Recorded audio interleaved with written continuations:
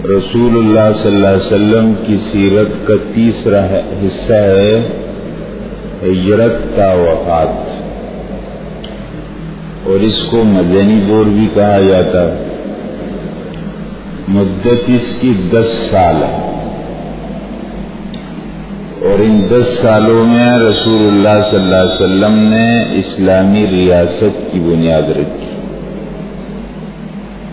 مدینہ منورہ کا دور 3 مرحلوں میں تقسیم ہے۔ پہلا مرحلہ خطرات اور ان کا مقابلہ ہے، دوسرا مرحلہ فتح کی ابتدا اور آثار ہے، تیسرا مرحلہ فتح کی تکمیل اور آثار۔ اس دوسرے مرحلے میں ہم چل رہے ہیں۔ فتح کی ابتدا اور آثار 1 سال 11 ماہ تک یہ مرحلہ چلا، یعنی 1 مہینہ کم 2 سال۔ آج کی مجلس میں انشاءاللہ 3 واقعات بیان ہوتے ہیں۔ ایک واقعہ ہے عمرۃ القضاء، ذی قعدہ سن 7 ہجری میں۔ دوسرا ہے غزوہ موتا، جمادی الاولی سن 8 ہجری۔ سریہ ذات السلاسل، جمادی الاخری سن 8 ہجری۔ یہ خیبر اور فتح مکہ کے درمیان مشہور واقعات ہیں، اور اگلی مجلس میں انشاءاللہ فتح مکہ کا واقعہ۔ عمرۃ القضاء۔ عمرۃ القضاء آپ کو معلوم ہے حضرات، نبی کریم صلی اللہ علیہ وسلم عمرہ کے لیے روانہ ہوئے اور آپ کو حدیبیہ کے مقام پر روک دیا گیا، اور پھر وہاں ایک صلح ہوئی اور معاہدہ ہوا، اور اس نتیجے میں اس معاہدے میں یہ بات طے ہوئی کہ اگلے سال آئیں گے اور 3 دن مکے میں ٹھہر کر کے عمرہ ادا کر کے واپس ہو جائیں گے۔ آپ علیہ السلام واپس ہو گئے، صحابہ کرام واپس ہو گئے۔ اگلے سال جب ذی قعدہ کا چاند نظر آیا تو آپ نے اعلان کر دیا، فرمایا جتنے لوگ ہمارے ساتھ گئے تھے اس حدیبیہ کے واقعے میں وہ سب چلیں گے۔ کچھ کا انتقال ہو گیا تھا ورنہ سب شریک ہو گئے، اور کچھ نئے لوگ بھی شامل ہو گئے، اور 2000 کی تعداد میں لوگ عمرہ کے لیے روانہ ہوئے۔ ذوالحلیفہ مدینہ منورہ سے چند کلومیٹر کے فاصلے پر ہے۔ ابیار علی آج کل اس کو کہا جاتا ہے۔ مدینہ سے آنے والے لوگ مکہ مکرمہ کو یہاں پر احرام باندھتے ہیں۔ مدینہ والوں کے لیے بغیر احرام کے یہاں سے گزرنا جب وہ مکہ کی طرف آ رہے ہوں ان کے لیے ناجائز ہے۔ اگر وہ گزر جائیں گے تو ان کو دم دینا پڑے گا۔ آپ علیہ السلام نے ذوالحلیفہ کے مقام پر احرام باندھا، اور تمام صحابہ نے آپ کے ساتھ احرام باندھا اور تلبیہ پڑھنا شروع کر دی۔ ذوالحلیفہ کے مقام پر آج ایک مسجد ہے، یہ ہے مسجد ذوالحلیفہ کے مقام پر آج۔ یہاں سے جتنے لوگ آتے ہیں مدینہ سے مکہ کی طرف وہ یہاں پر احرام باندھ لیتے۔ نبی کریم صلی اللہ علیہ وسلم ذوالحلیفہ کے بعد روانہ ہوئے۔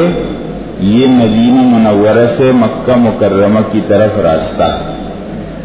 ایک جگہ پہنچ کر آپ نے اپنے ساتھ کچھ صحابہ کو لیا تھا احتیاطاً، تاکہ اگر جھگڑا ہو جائے اور مکہ کے لوگ جھگڑا کریں تو آپ نے کچھ مسلح لوگ ساتھ لے گئے تھے احتیاط کے طور پر۔ مکہ مکرمہ سے باہر ایک جگہ ہے، وہاں ان لوگوں کو بٹھا دیے کہ تم یہاں بیٹھ جاؤ، اور خود آپ علیہ السلام صحابہ کرام کو لے کر مکہ میں داخل ہوئے۔ جب آپ مکہ میں داخل ہوئے ہیں تو مکہ کے لوگ دیکھ رہے تھے تماشا، اور آپس میں کہہ رہے تھے ایک دوسرے کو کہ ان کو یثرب کے بخار نے لاغر کر دیا، آپ علیہ السلام اپنے صحابہ کے ساتھ داخل ہوئے مکہ کے بالائی حصے سے اور آپ نے عمرہ ادا کیا. اس کو عمرۃ القضاء بھی کہا جاتا ہے، عمرۃ القصاص بھی کہا جاتا ہے، عمرۃ الصلح بھی کہا جاتا ہے، مختلف نام. اب یہاں ایک مناسبت سے بات ہے، ویسے یہ بات تو ہے اس وقت یہ سیرت کی بات نہیں ہے. عمرہ کا طریقہ میں بیان کرتا ہوں حضرات، اور آپ کے سامنے نظر آ گئے انشاءاللہ. موقع پر عمرہ اور حج کی تربیت کے بارے میں ہم مستقل پروگرام کریں گے. جو حج کو جانے والے افراد ہیں اس کی مدد سے ان کو حج اور عمرے کا طریقہ بتائیں گے. ابھی صرف عمرے کا طریقہ آپ دیکھیں. عمرے میں کیا کرنا پڑتا ہے؟ ایک تو ہوگا احرام. اس کے علاوہ عمرہ سارا اس حرم کے اندر ہو جاتا ہے، اس ایریا کے اندر عمرہ ہوتا ہے. کیسے؟ ایک تو خانہ کعبہ کے ارد گرد 7 چکر، یہ ہے خانہ کعبہ، اس کے ارد گرد 7 چکر ہو جائیں گے. ایک نمبر 2 یہ صفا مروہ کی پٹی، یہاں سے صفا کی مروہ کی طرف اور پھر واپس صفا کی طرف، یہ 7 چکر ہے. یہ پورا عمرہ ہو گیا. ٹوٹل 7 چکر ہو گئے خانہ کعبہ کے گرد، اور 7 چکر یوں صفا مروہ کے درمیان، اور اس کے بعد سر منڈوا لیں گے، حلق کر لیں گے، عمرہ پورا. حضرات یہ تفصیل طریقہ دیکھ رہے ہیں. خانہ کعبہ کے ارد گرد طواف ایسے، یہ بالکل سامنے حجر اسود ہے. اس حجر اسود سے طواف شروع ہو جائے گا اس جانب میں، اور یوں واپس یہاں حجر اسود تک 1 چکر، پھر دوسرا، یہ دوسرا چکر، پھر تیسرا. تو اس طرح 7 چکر پورے ہو جائیں گے. یہ ہے خانہ کعبہ کے ارد گرد 7 چکر طواف ہو. یہ دیکھ رہے ہیں حضرات، یہاں سے بالکل جب طواف پورا ہو جائے گا تو یہاں سے نکل جائیں گے، یہاں سے نکل جائیں گے، یہاں سیدھے آ جائیں گے تو یہاں صفا مروہ، یہ صفا کی پہاڑی کچھ ٹکڑا اس کا واقع ہے، یہ مروہ کی پہاڑی، ان کے درمیان چکر لگائیں گے. صفا سے مروہ، مروہ سے صفا، صفا سے مروہ، مروہ سے صفا. یہ 7 چکر پورے ہو جائیں گے. یہی 2 کام عمرے میں کرنے پڑتے ہیں، عمرہ پورا ہو جائے. حضرات میں یہاں مناسبت سے ایک بات کروں گا. آج کل تقریباً حج کا داخلہ شروع ہو جائے گا. مسلمانوں میں 2 قسم کے لوگ ہیں جو حج کے سلسلے میں متعلق ہیں. ایک وہ لوگ ہیں جن پر حج فرض ہے اور وہ اس میں کوتاہی کر رہے ہیں، تو ان کو تو فوراً داخلہ کرنا چاہیے. رسول اللہ صلی اللہ علیہ وسلم کی بہت سخت وعید اور حدیث ہے جس میں آپ علیہ السلام فرماتے ہیں کہ جو حج کی طاقت رکھے، بیت اللہ تک پہنچ سکے اور اس کے باوجود حج نہ کرے تو وہ یہودی بن کر مرے یا نصرانی بن کر مرے، ہم کو اس کی کوئی پرواہ نہیں. اور ایک حدیث میں آپ علیہ السلام فرماتے ہیں کہ جو تم میں سے حج کا ارادہ کرتا ہے تو جلدی کرے. پھر لہذا جن حضرات پر حج فرض ہے ان کو تو حج ادا کرنا چاہیے.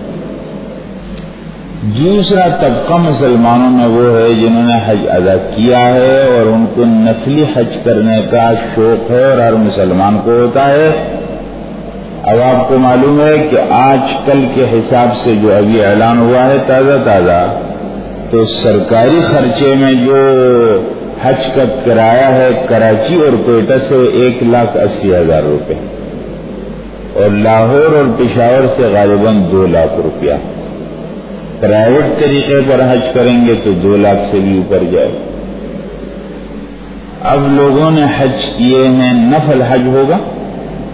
اور جو امت کی حالت ہے حضرات، جو متاثرین ہیں اپنے گھروں سے در بدر، تو حالات کا یا اسلامی مزاج کا تقاضا یہ ہے کہ نفلی حج کے بجائے یہ خرچہ وہاں لگایا جائے اور ان لوگوں کی مدد کیجیے. جو اپنے گھروں سے بے گھر، ہم ایک نفل کریں گے اور اس نفل سے اس کا ثواب زیادہ. یہ بہرحال مناسبت سے بات آ گئی. انشاءاللہ باقی حج کے موضوع پر انشاءاللہ مستقل ہم کچھ کلاس کریں گے، جس میں حج کا پورا عملی طریقہ، عمرے کا پورا عملی طریقہ، ہر اعتبار سے، انتظامی اعتبار سے کیا کرنا پڑے گا یہاں ایئرپورٹ سے لے کر واپس ایئرپورٹ تک، اور شریعت کے اعتبار سے کیا کرنا پڑے گا، وہ کیا کیا غلطیاں ہیں جس میں حاجی لوگ مبتلا ہوتے ہیں اپنی ناواقفی کی وجہ سے، ان کو معلومات ٹھیک نہیں ہوتی. تو وہ سب باتیں انشاءاللہ اپنے موقع پر بیان کریں. یہ عمرۃ القضاء کا واقعہ ہو گیا. آپ علیہ السلام نے عمرہ کر لیا، اور اس کے بعد آپ علیہ السلام نے جن صحابہ کو بعد ٹھہرایا تھا تو کچھ ان کی جگہ پر اور بھیج کر ان کو اندر بلا لیا، انہوں نے عمرہ کر لیا، اور آپ علیہ السلام تمام صحابہ کے ساتھ مدینہ منورہ کو واپس ہوئے. یہ عمرۃ القضاء کا واقعہ تھا. اب یہاں اس سے قبل غزوہ موتہ سے قبل ایک بات ہے، وہ بیان کرتا ہوں. نبی کریم صلی اللہ علیہ وسلم جب عمرہ کر کے واپس ہو رہے تھے تو آپ نے ایک خاتون سے نکاح کیا ہے جن کا نام حضرت میمونہ ہے.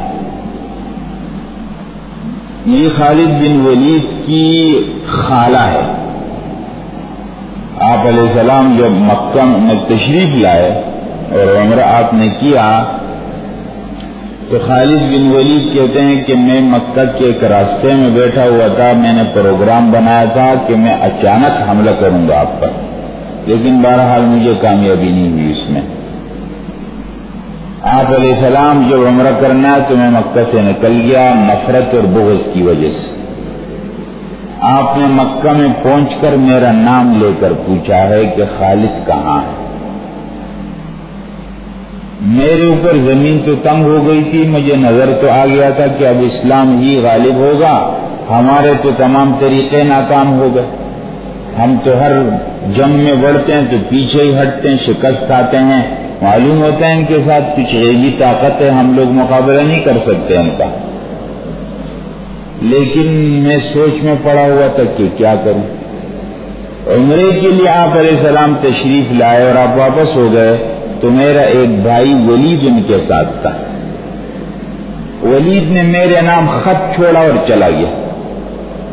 جب آپ علیہ السلام نکل گئے تو میں آیا مکہ میں تو مجھے خط ملا اپنے بھائی ولید کا، جس میں انہوں نے مجھے لکھا تھا خالد تمہاری عقل سے بہت دور ہے کہ تم اسلام میں نہ آؤ، تمہاری عقل نہیں بتاتی کہ اسلام حق ہے، اس میں آنا چاہیے. اور خالد جب ہم آئے تھے عمرے کے لیے رسول اللہ صلی اللہ علیہ وسلم نے تیرا نام لے کر پوچھا تھا. خالد کہتے ہیں میں حیران رہ گیا، میں ہر جنگ میں آپ علیہ السلام کے خلاف آتا ہوں اور میں نے احد میں کتنا نقصان پہنچایا تھا ان کو. جب میں پیچھے سے ایک لشکر لے کر حملے کے لیے آیا تھا اور اس میں 70 مسلمان شہید ہو گئے تھے اور آپ علیہ السلام کے چچا کا تو کلیجہ نکال کر دبایا گیا تھا اور آپ علیہ السلام کے چہرے کو زخمی کر دیا گیا تھا اور آپ کے دانت توڑ دیے گئے، شہید کر دیے گئے تھے.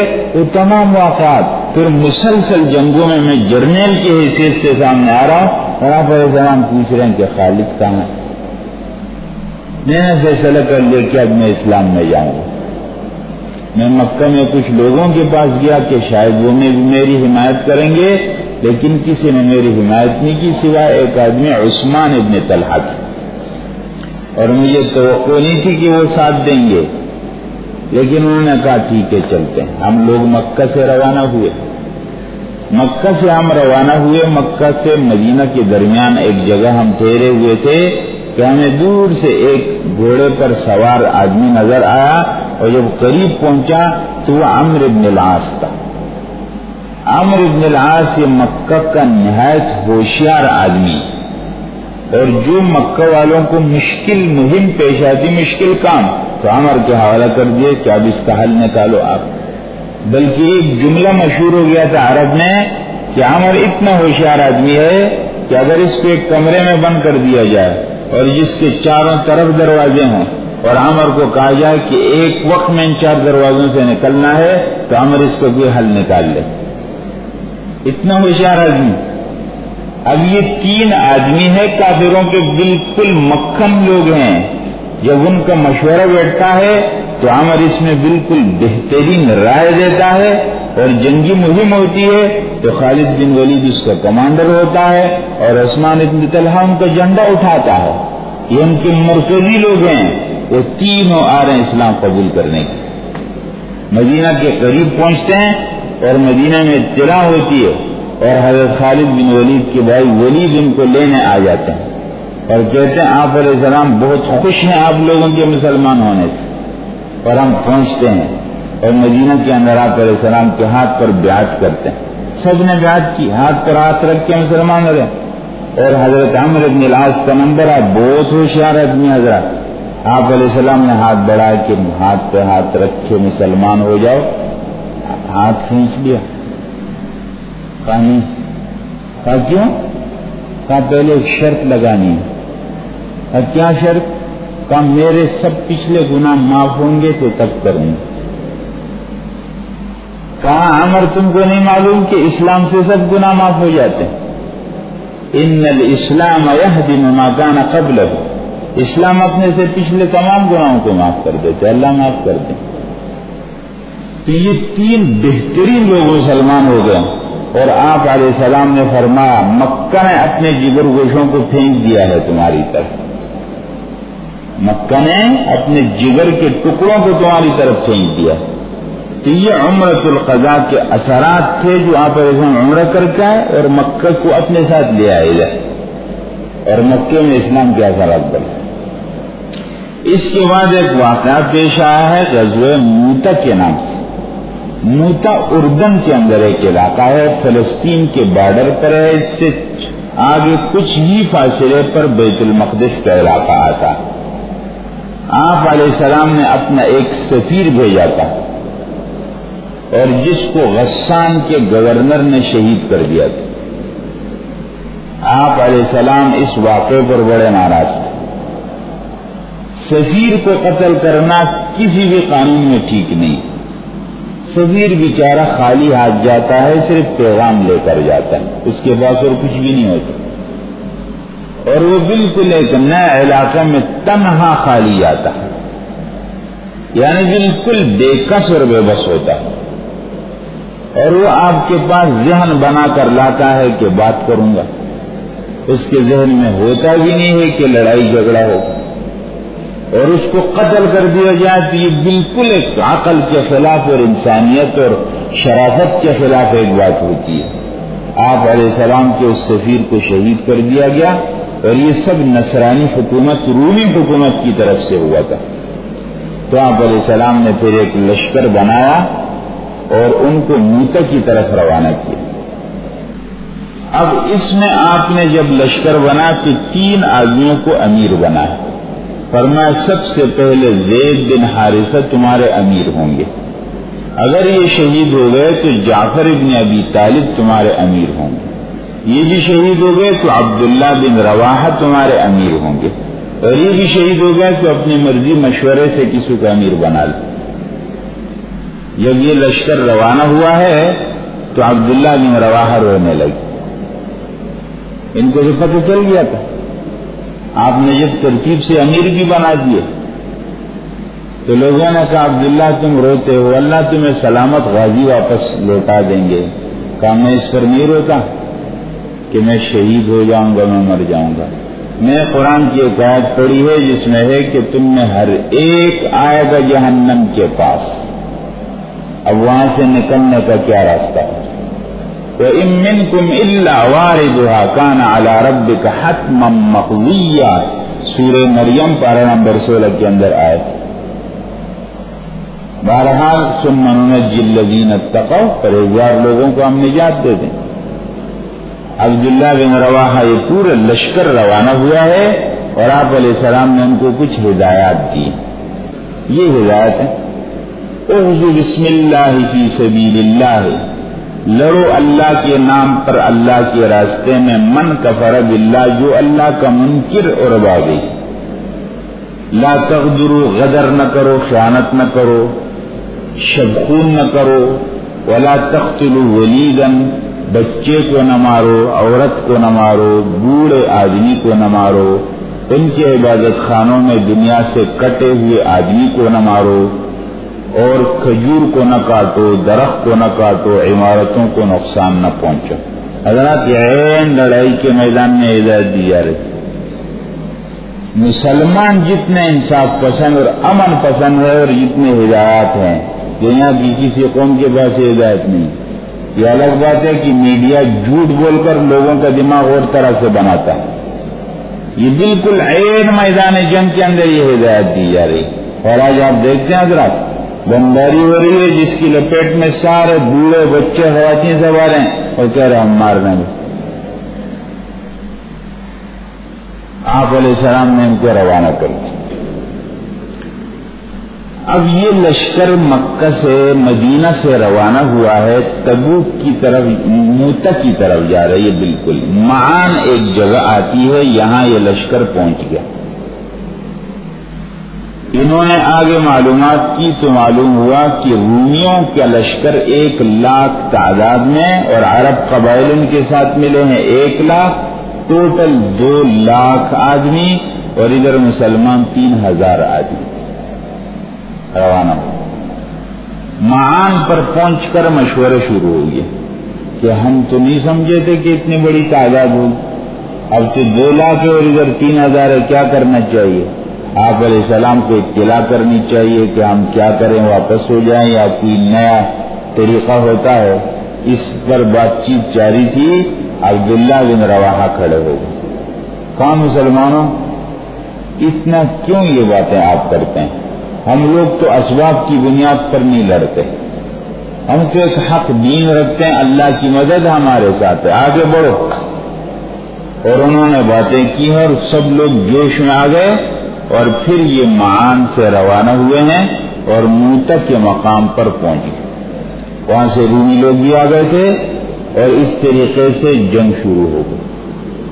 موتا کے میدان میں آپ علیہ السلام مدینہ میں بیٹھے اور آپ کے سامنے بالکل یہ میدان ہے معرکہ موتا کا۔ آپ دیکھ رہے ہیں یہ وہ جگہ ہے موتا کا میدان جہاں یہ معرکہ ہوا۔ یہ بھی اس کے پیچھے یہ سارا میدان ہے اس موتا کا، معرکہ موتا۔ اب یہ ہے بات حضرات، آپ علیہ السلام مسجد نبوی میں ممبر پر بیٹھے ہوئے تھے۔ یہ آپ علیہ السلام کا ممبر ہے جو آج اس شکل میں یہاں بیٹھے ہوئے تھے اور صحابہ کو فرما رہے تھے۔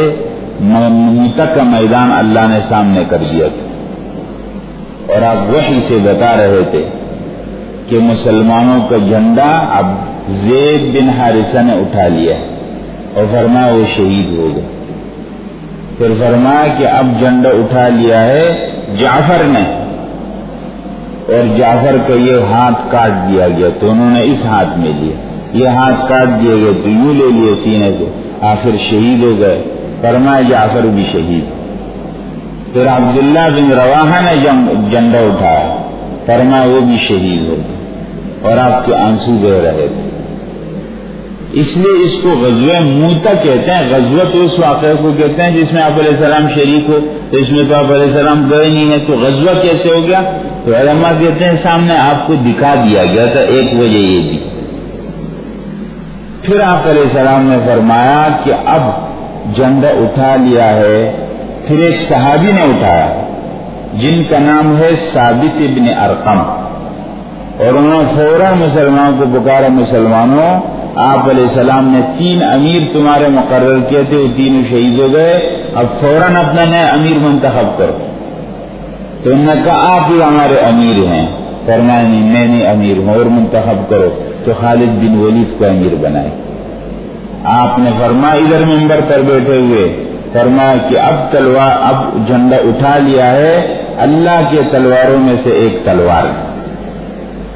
خوب جنگ ہوئی اور رومیوں کے اتنے بڑے 1,00,000-2,00,000 کے لشکر پر 3,000 مسلمان اسے ٹوٹ کر حملہ کر رہے تھے، اور یہ دن گزر گیا۔ خالد بن ولید کہتے ہیں میرے ہاتھ میں 9 تلواریں ٹوٹی۔ کل کو حالات بہت سخت ہے، وہاں بہت زیادہ تعداد، یہاں بہت کم ہے، خالد بن ولید نے جنگی حکمت عملی کی، لشکر کے حصوں کو تبدیل کر دیا، دائیں طرف والوں کو بائیں طرف لیا، بائیں طرف والوں کو دائیں طرف لیا، پیچھے والوں کو آگے لیا اور آگے والوں کو پیچھے لے گئے۔ صبح کو جب انہوں نے دیکھ رہے تھے نئے نئے چہرے نظر آ رہے ہیں، وہ سمجھے کہ کوئی نئی مدد ان کو آ گئی تو گھبرا گئے۔ اب خالد بن ولید اپنے لشکر کو پیچھے لانے لگے، کیوں اگر بھاگتے ہیں تو خطرہ ہے، تو اس لیے آہستہ آہستہ پیچھے لانے لگے۔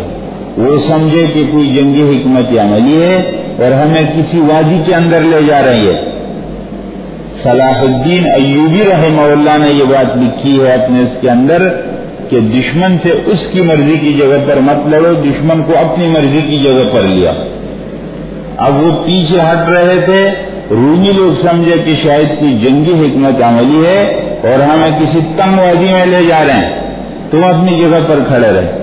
خالد بن ولید پہ لشکر کو ہٹاتے پیچھے لیا، فاصلے بڑھتے گئے اور خالد بن ولید اپنے بقیہ لشکر کو صحیح سلامت واپس لیا۔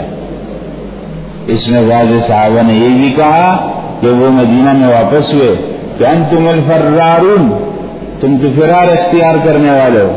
آپ علیہ السلام نے فرمایا لا بل انتم العقارون، بلکہ تم پلٹ کر حملہ کرنے والے۔ اور اسی واقعے سے روم کے لیے دروازہ کھل گیا ہے اور آگے اسلام پھر رومی حکومت میں چلا گیا ہے اور رومی حکومت اسلام کے نیچے آ گئی۔ یہ موتا کا واقعہ ہوا۔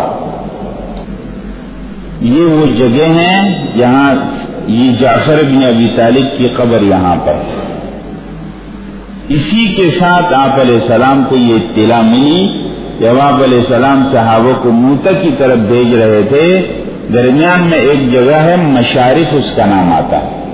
یہاں کچھ عرب قبائل سے خطرہ تھا کہ یہ رومیوں کا ساتھ دیں گے، تو آپ علیہ السلام نے حضرت عمرو بن العاص کی قیادت میں ایک جماعت یہاں روانہ کی ذات السلاسل کے مقام پر، اور پھر ان کی مدد کے لیے حضرت ابو عبیدہ بن الجراح کی قیادت میں اور صحابہ روانہ کیے، جس میں حضرت ابوبکر، حضرت عمر یہ حضرات بھی تھے۔